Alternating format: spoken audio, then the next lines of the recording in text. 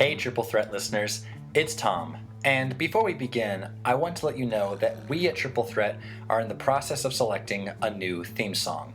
For years, we had been using the song Sweet Emotion by Aerosmith, even though we don't really talk about Aerosmith on this show. We have not yet selected a new theme song as of this episode, so you'll just hear some generic intro music for the time being. Thank you for understanding, and hey, if you do want to contribute to us having a theme song, be sure to leave a comment on this episode. Thanks again, guys, and enjoy.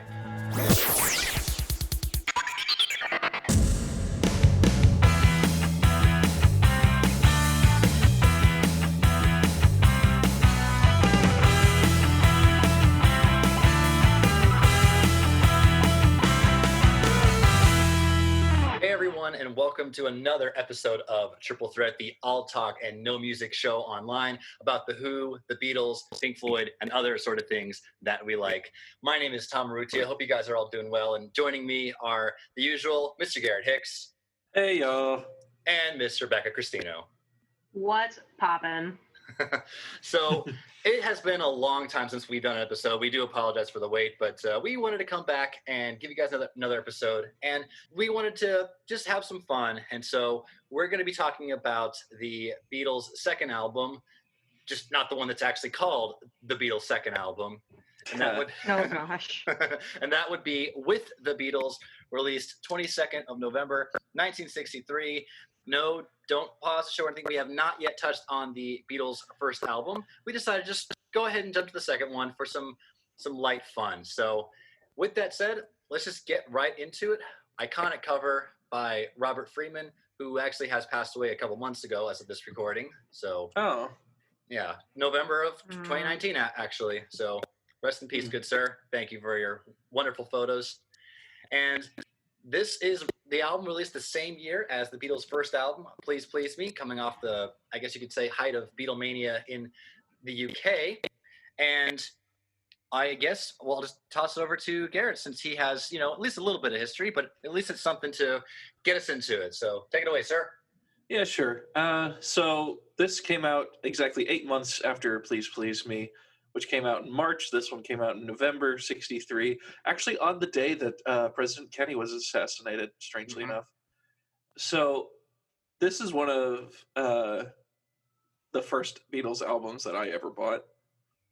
I'm done with the history now. I thought we were just going to talk about that was a really small history indeed. Yeah, there's one not thing much that's to it. Interesting now, like familiar with the world as it is today and the entertainment and the music world as it is today, is to think these albums dropped literally 8 months apart.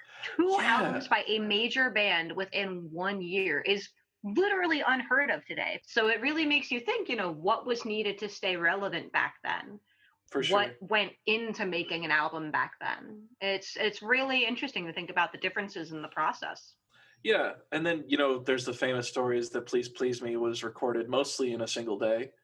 And back then, most albums were recorded in, 3-4 weeks?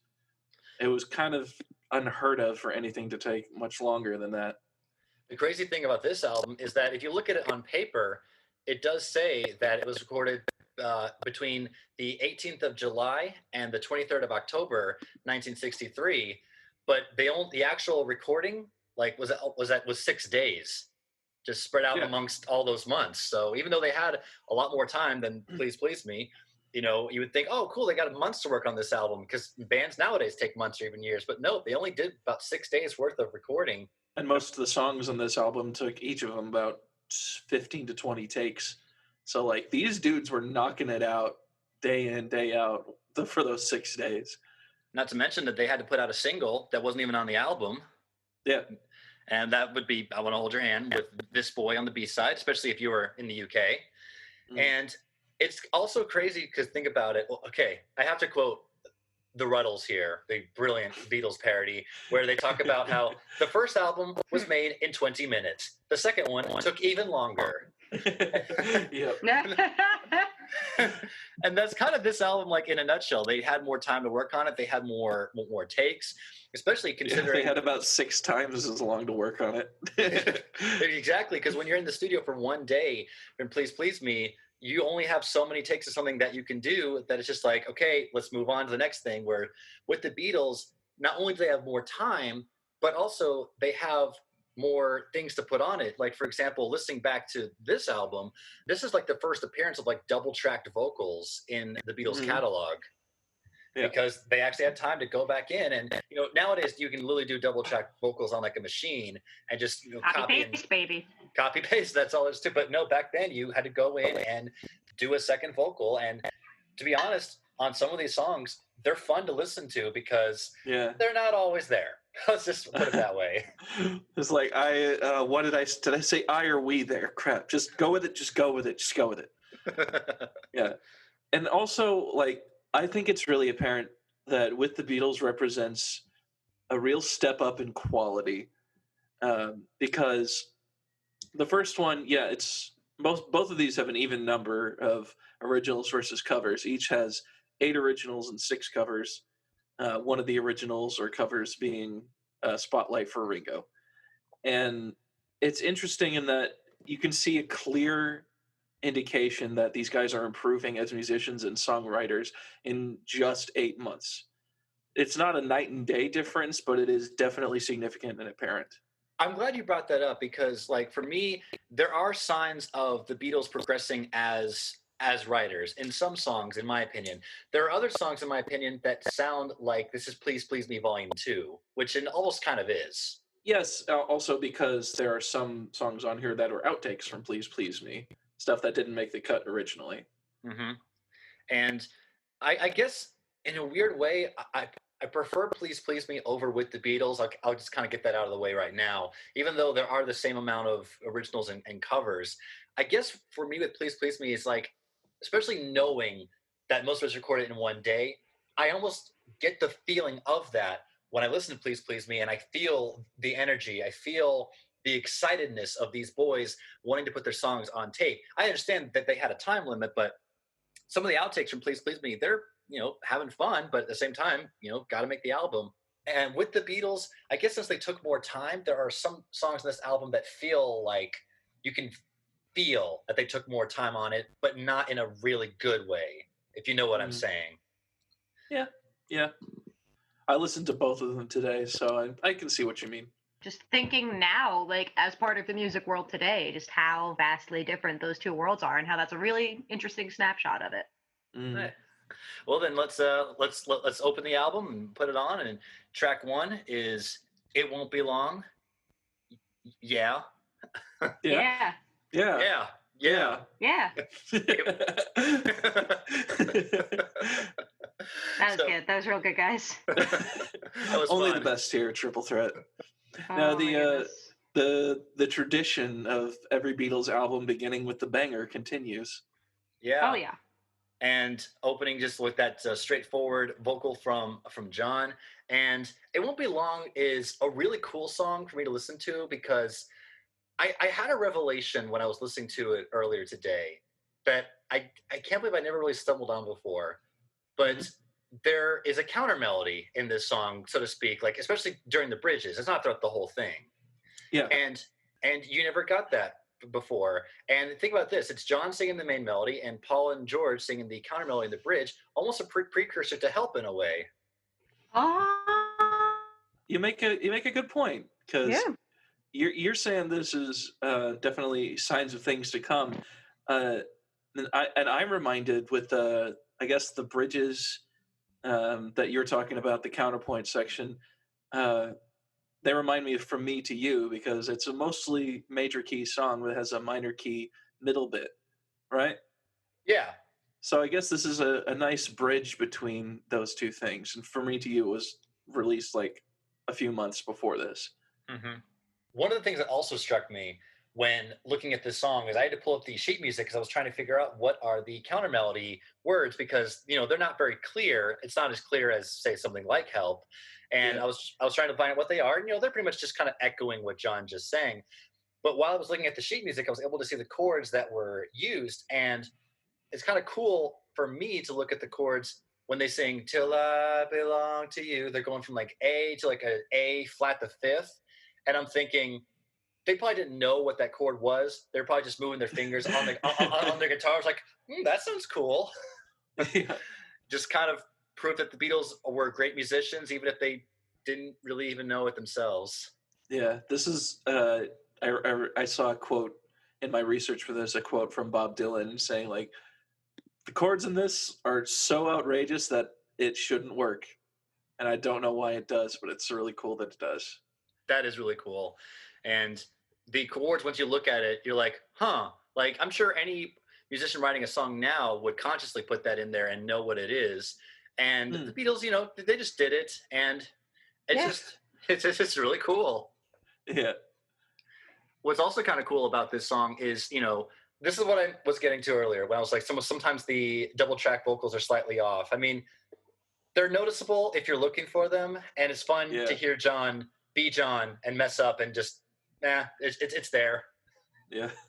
And he hated double tracking his vocals, so it was probably a scenario where George Martin, the producer, was like, John, do you want to try that again? He's like, no, God, I don't want to do it. Just come on, keep moving.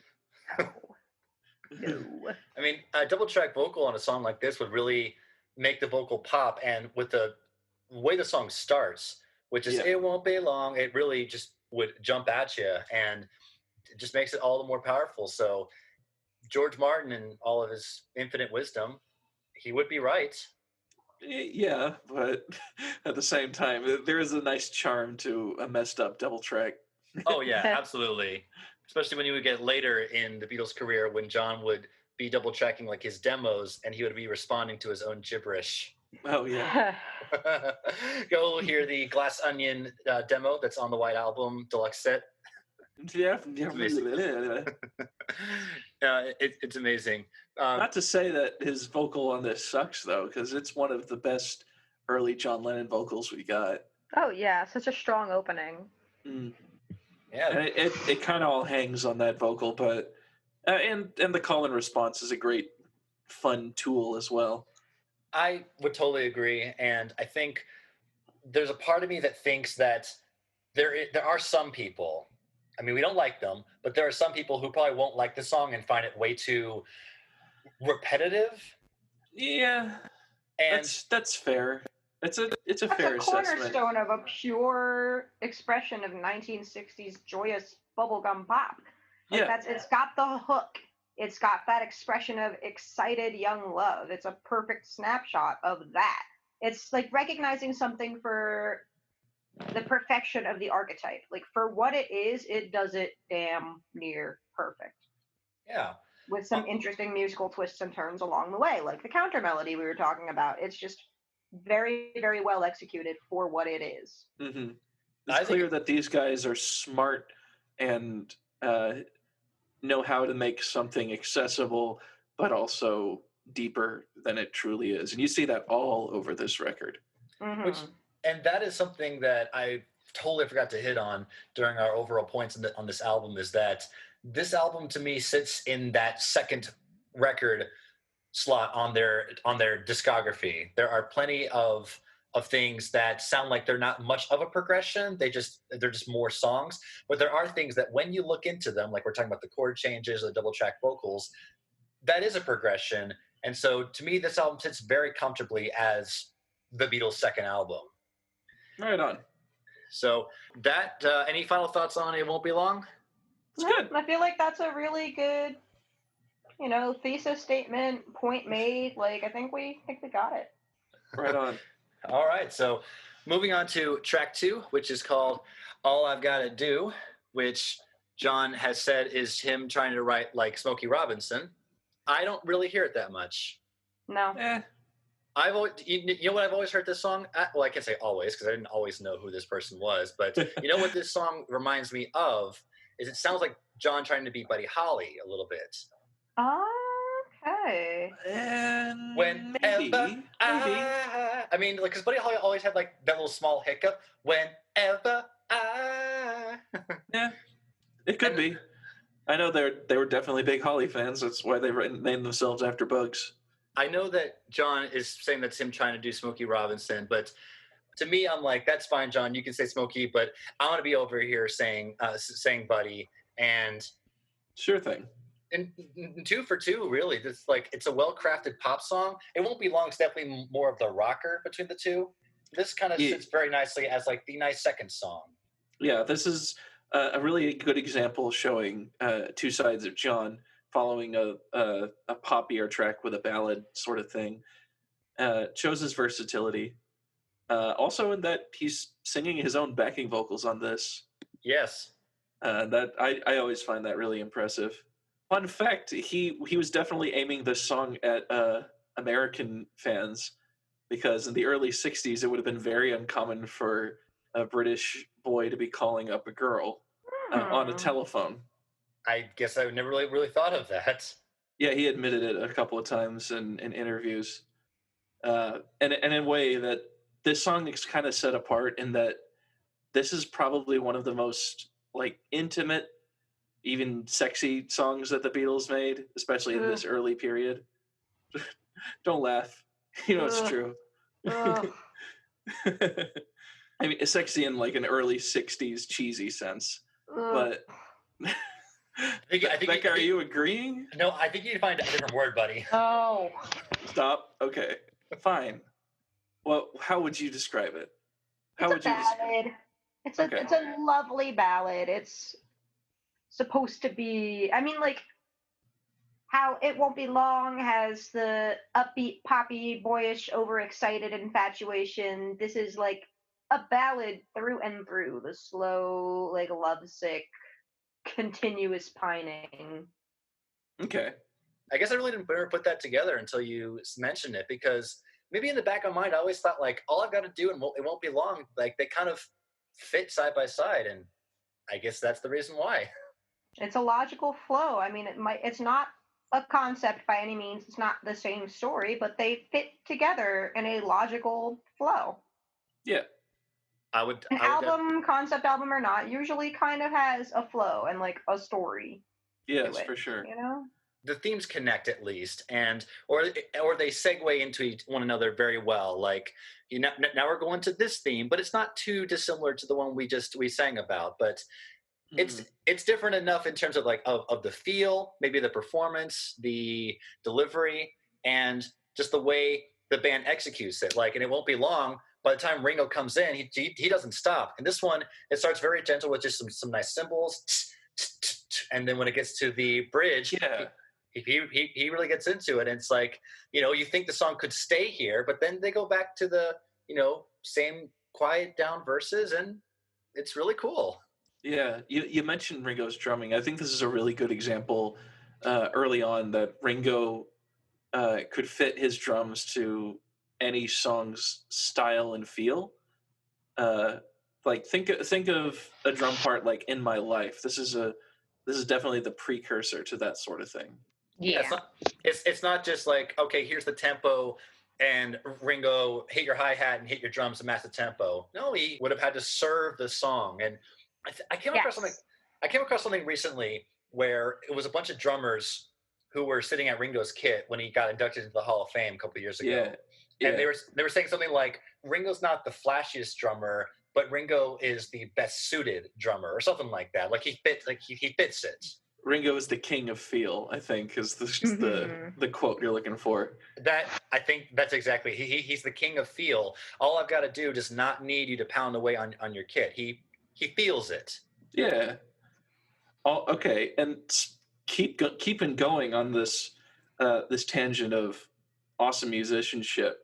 I did not realize until I read about it in preparation for this album, Paul is playing chords on his bass in the verses of this song. On this song? I did not know that. Yeah. Listen back to it after this. And he what now? Yeah. He's playing at least 2 notes over John's vocal. And I didn't notice it until wait. Now that I think about it, that is correct. Yeah. And you don't even hear about bass players doing that now, having it as even a gimmick. This is just a vital part of the way if they the song do, is it's a lot of times in much heavier music. Like a lot of times power chords on the bass is more associated with like a heavy drop or a heavier, deeper band. Yeah. not in a 60s pop love ballad. So that is Exactly. bananas. And It's so cool. what's even more bananas, I think about that, one, that's cool, and two, I do not think Paul was consciously saying, I'm going to change the way bass players play because I'm going to play chords over it. Again, Paul just probably found what suited the song. And Yeah. here we are overanalyzing it like, that's so innovative. And Paul's just like, I'm just doing what I had to do. It was Yeah. a bunch of goofy dudes in their 20s sitting in the studio and being like, ha, this is dumb, put it on the record. What And if I then, played like, 2 notes, guys? we're here later, and it's like, wow, revolutionary. And it's Yeah. it's very comforting as a musician in my 20s now, being like, ha, this is dumb, put it in the song. 'Cause you literally never, if it sounds good, it might be good. Just because it wasn't in, like, your classical piano lessons or whatever doesn't mean it doesn't, as we keep saying, serve the song, you know? So Right. that's cool. Yeah, yeah. Well, I guess speaking of Paul, we could move on to the third track. Sure. So third track is one of Paul's most popular songs, even to this day. Not that he still plays to this day, but the song is "All My Loving," the very first song that we Americans probably remember the Beatles performing on the Ed Sullivan Show. Yeah. Ladies and gentlemen, the Beatles, and Yeah. it goes right into this one. Into it. I think it's an amazing song to listen to because it has this really driving sound. Like listening to the guitars, they're playing what you would call like triplicate notes, like yeah. Brian Yeah. John was really proud of coming up with the triplet riff on this, and in several interviews he would say like, so yeah, this is probably one of our better earlier ones. I gotta say, that guy playing guitar in the back is pretty great, right?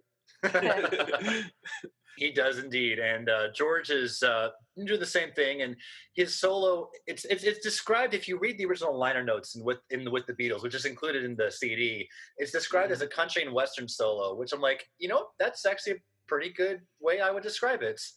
Yeah, I think he was trying to go for a Chet Atkins kind of sound. I was about to say, I believe Chet Atkins would have been the person to like compare it to, just that ba-dum, dum, dum, and then just goes right into it. Yeah.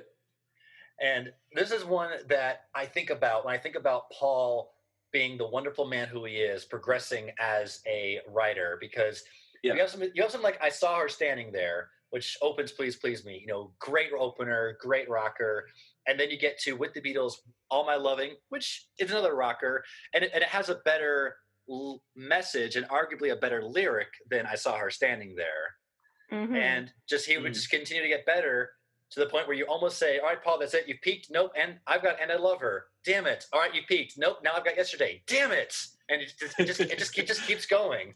I look at this song as just like Paul's just got another one because he can do that. Yeah. Like this is, I'll straight up say it right now. This is one of my favorite Beatles songs. And I don't usually say anything about that pre-Help, but whenever I hear this song, I just like feel the joy just bubble up inside of me. It's got the great lyrics, the triplet guitar riff, the way that the melody on the vocals just climbs and falls so perfectly. It's a masterpiece, honestly. Something interesting to note about the live versions is that in the studio version, Paul is doing a harmony with himself over the last verse. Mm-hmm. But when he would do it live, he would do it with George. One of the few times that only George and Paul would sing and John would not sing at all. Mm-hmm. Yeah. So I find that very interesting because like you see it live, it's like, oh, that's George doing the harmony. But listen back to the record. Nope, it's Paul doing it because, again, they had the time to do it. Mm-hmm. Becca, any final thoughts before we move on? Y'all hit it on the head.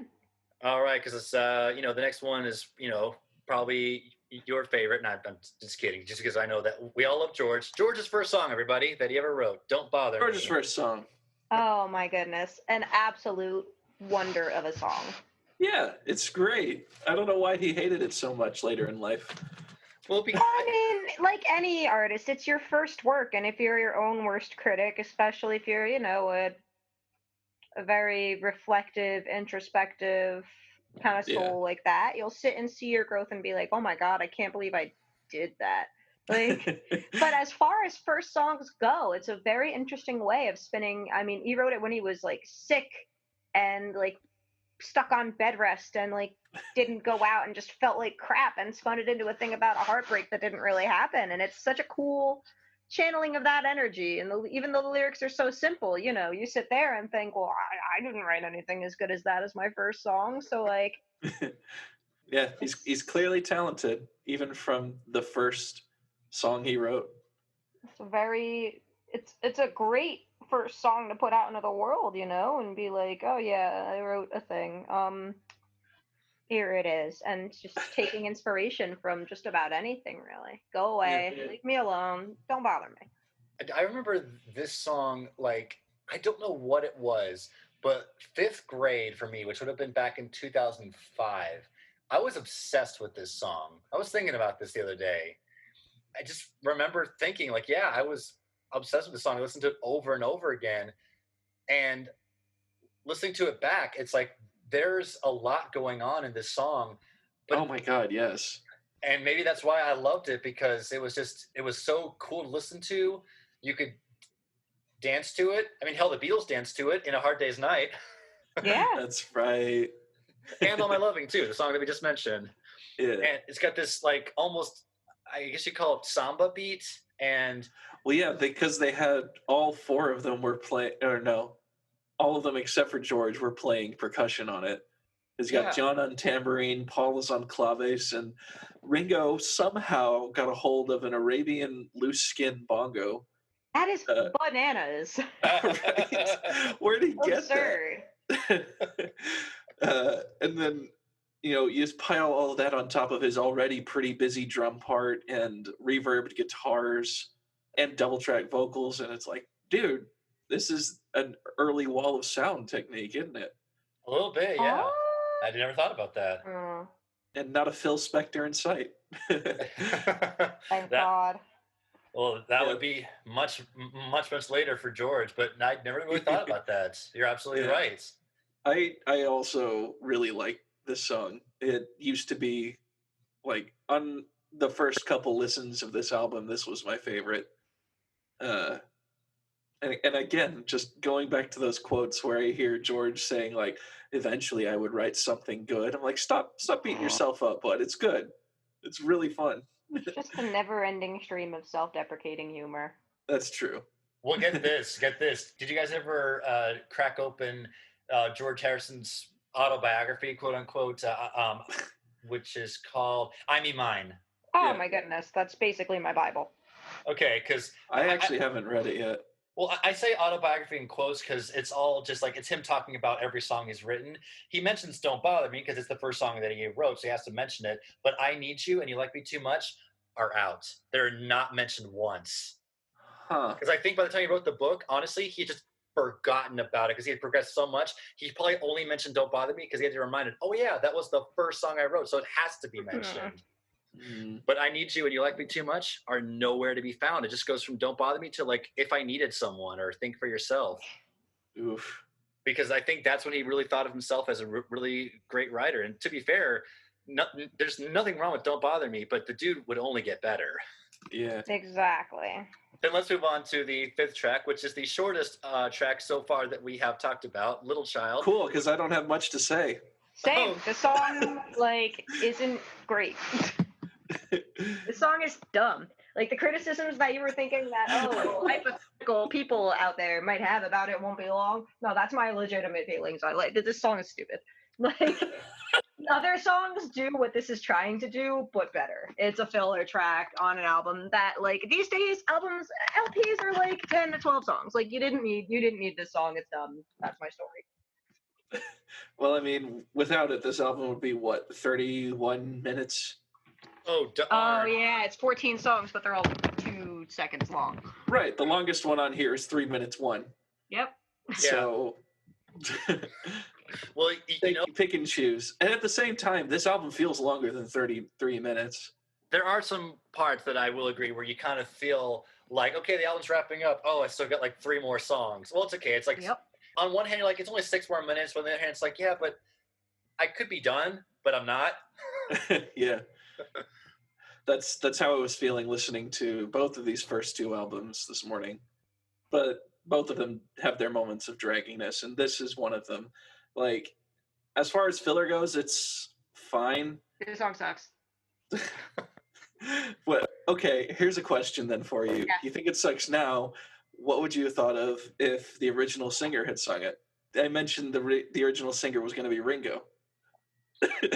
Just That would be dope. That would be so dope.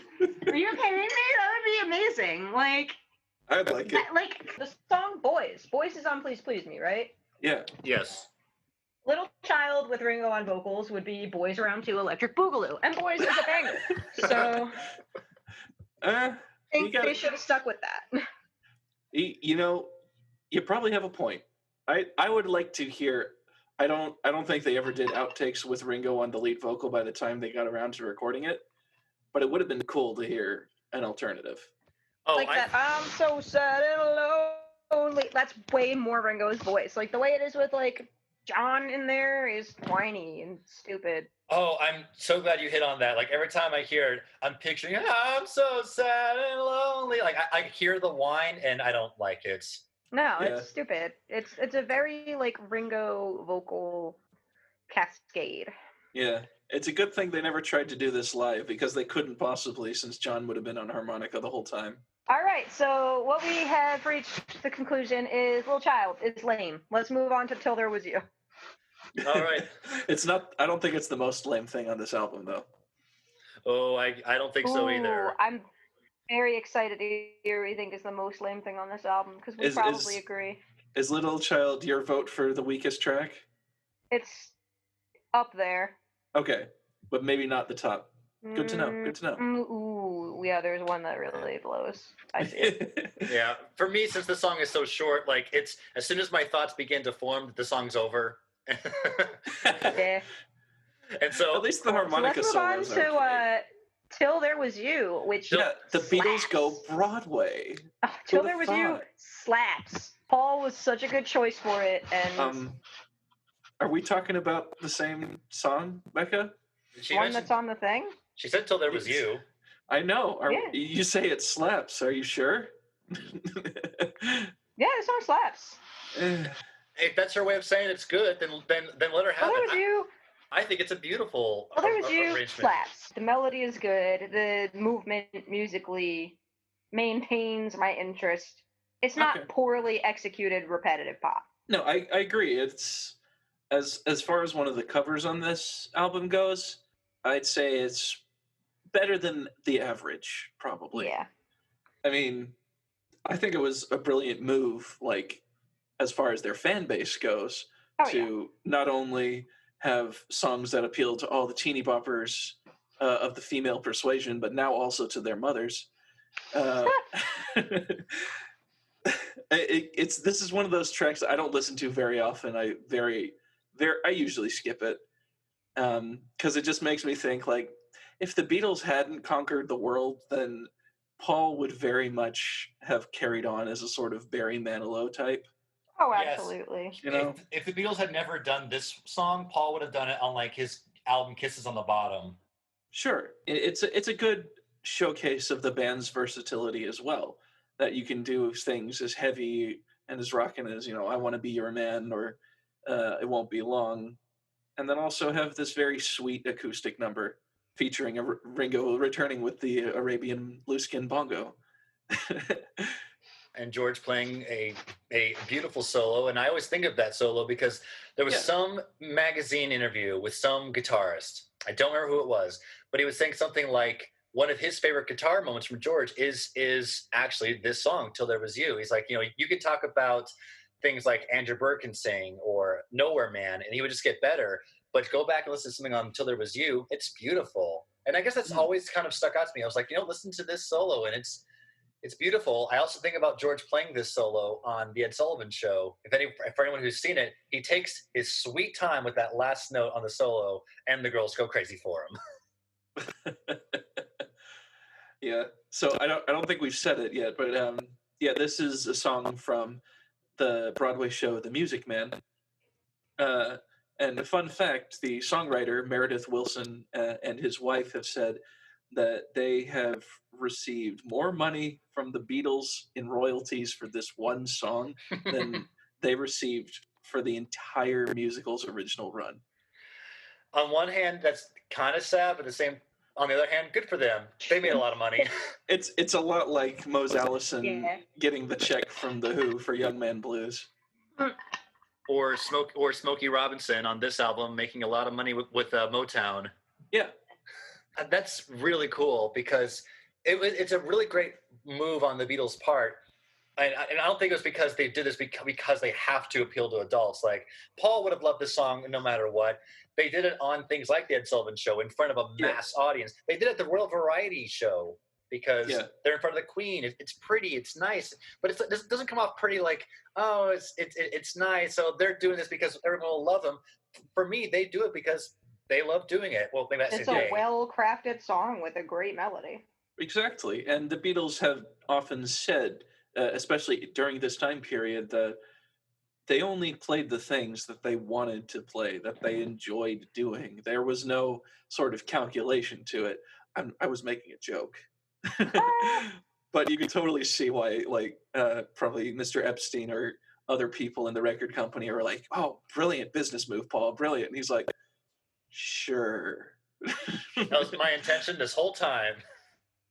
Totally, you got me. Absolutely what I meant to do.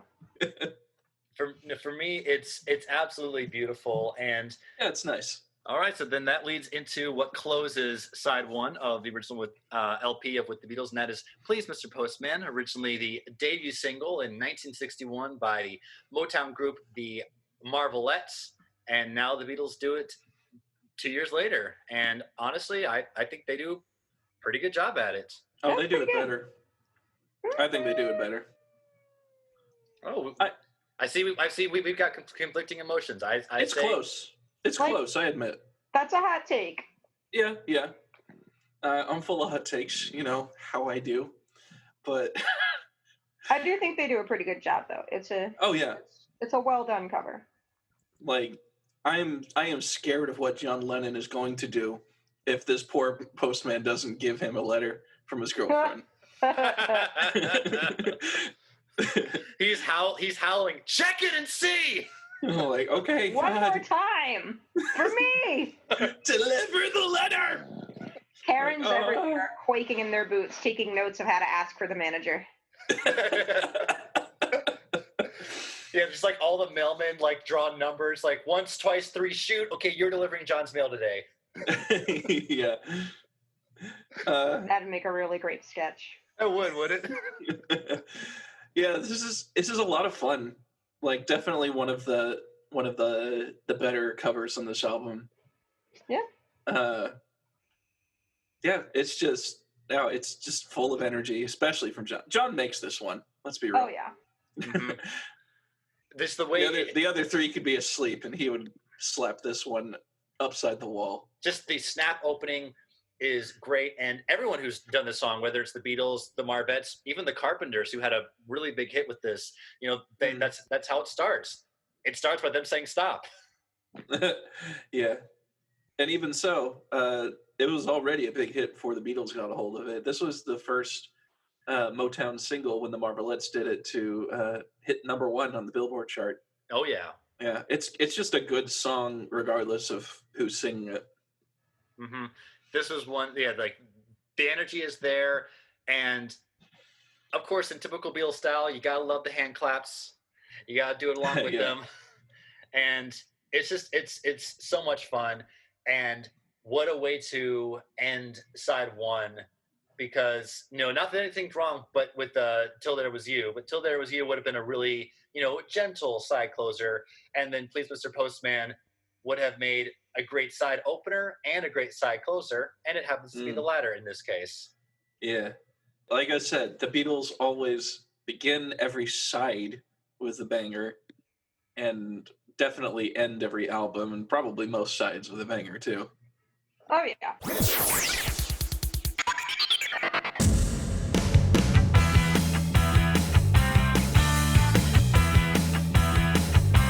And that's going to do it for this episode of Triple Threat, talking about side one of the album With the Beatles. Leave a comment on what you think of the album and our show. Be sure to like this episode and subscribe for more Triple Threat. See you all next time, and enjoy the outtakes.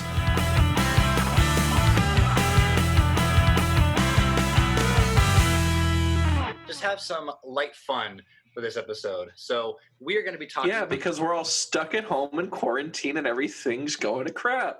Yeehaw. Well, I wasn't sure if we were going to use topical commentary. Yeah, let's go ahead and date this, Tom.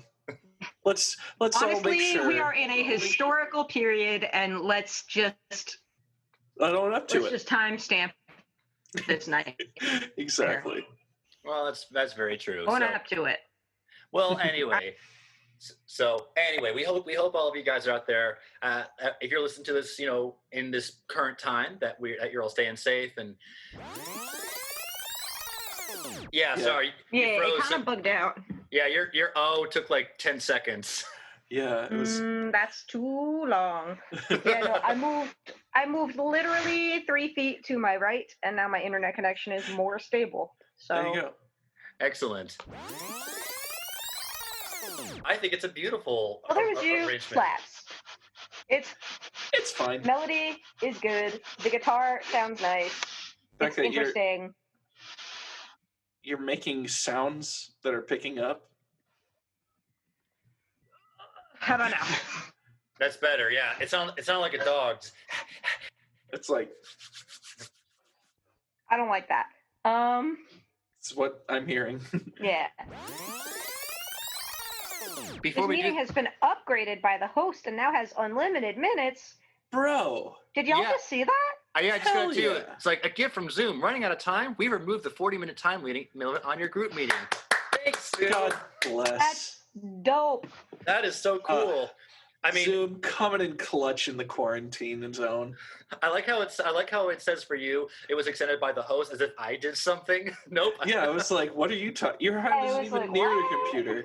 Yeah, it's like, Tom, did you quietly pull out your credit card and extend the meeting? Nope. Goodness. Just Dude, yeah. it's just a time. Y'all, That's 40 minutes and we're on song 4 out of 14. yeah. Guys. All right. Then let's move on to. It's mostly us talking. We better curb it a little. Uh-huh. That's a very specific feeling, and it's really neat when music can kind of capture that. And even when the memories aren't exactly good, it only brings back the good feeling. Like, that's Yeah. a true piece of art. It's a snapshot of a feeling. It's a snapshot of an expression of a feeling. And Yeah. this captures that really well. Yeah, I have the same reaction whenever I hear Behind Blue Eyes, because that was my ex-girlfriend's favorite song. So I still really enjoy the song and I love it, and I don't always think of her when I listen to it, but I do often. Man, I'm glad most of my exes like music that sucks.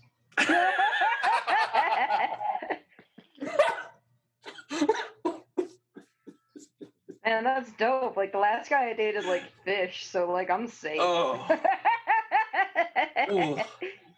They don't even do We're good job good. at other people's music. We're good. We're chilling. I Oh, hated man. them before that, and I still hate them now. I listened to them doing Quadrophenia out of Don't. curiosity. Why would you ever do that? Well, there are some tracks on it that are okay, but This is my Overall. last tangent before I redirect us to the next friggin' song. Yeah. Like I told you all the story of how I got dragged to a Fish concert sober, correct? Maybe you did, but maybe? But can you spin it one more time? This can't go in the show. Oh no, Okay. no! Like this whole thing is not going in. Sure. Yeah. So I'll start with my favorite opener to any story I've ever told. The one and only time in my life I've